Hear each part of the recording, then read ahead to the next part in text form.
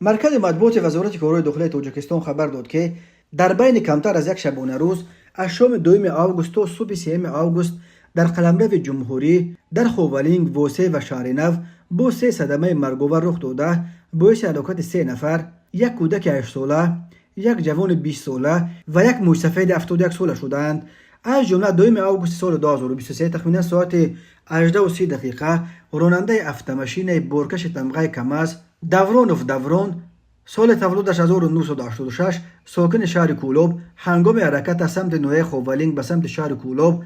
در 56 کیلومتری در حدود دهه دیودار نوع خوالینگ از عهده دوره واسطه نقلیات نبر آمده چپه شد و به автомашین تمغه اوپل استرا تحت اداره راننده لقیف مهردین سال تولدش 1987 ساکن نوع خوالینگ برخورده است.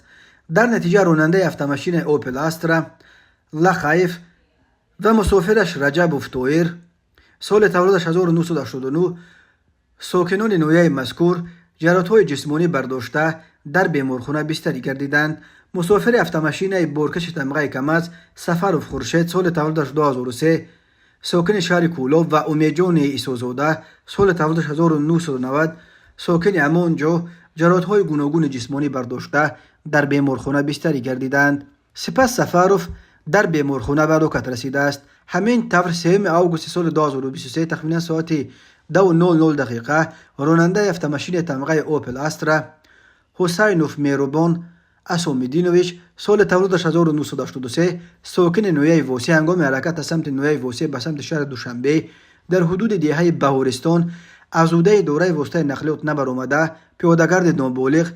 المرادزاده سفرخان علی سال تولدش 2015 ساکن نوعه مومن آباد را پخش نموده است. در نتیجه نابالغ المرادزاده جراحت جسمانی برداشته است و هنگام به بیمارخانه دسترس نمودن در راه به هلاکت رسیده است. همچنین 3 آگوست سال 2023 تخمینا ساعت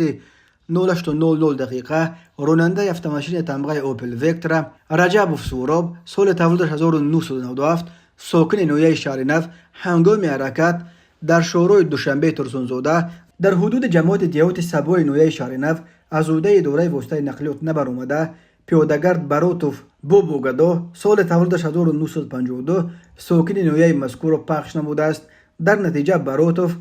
جراحت‌های وزن جسمانی برداشته در بیمارخانه بستری گردیده است و بعد 4 ساعت به هلاکت رسیده است. اوید بین حادثه و تحقیقات ادامه دارد.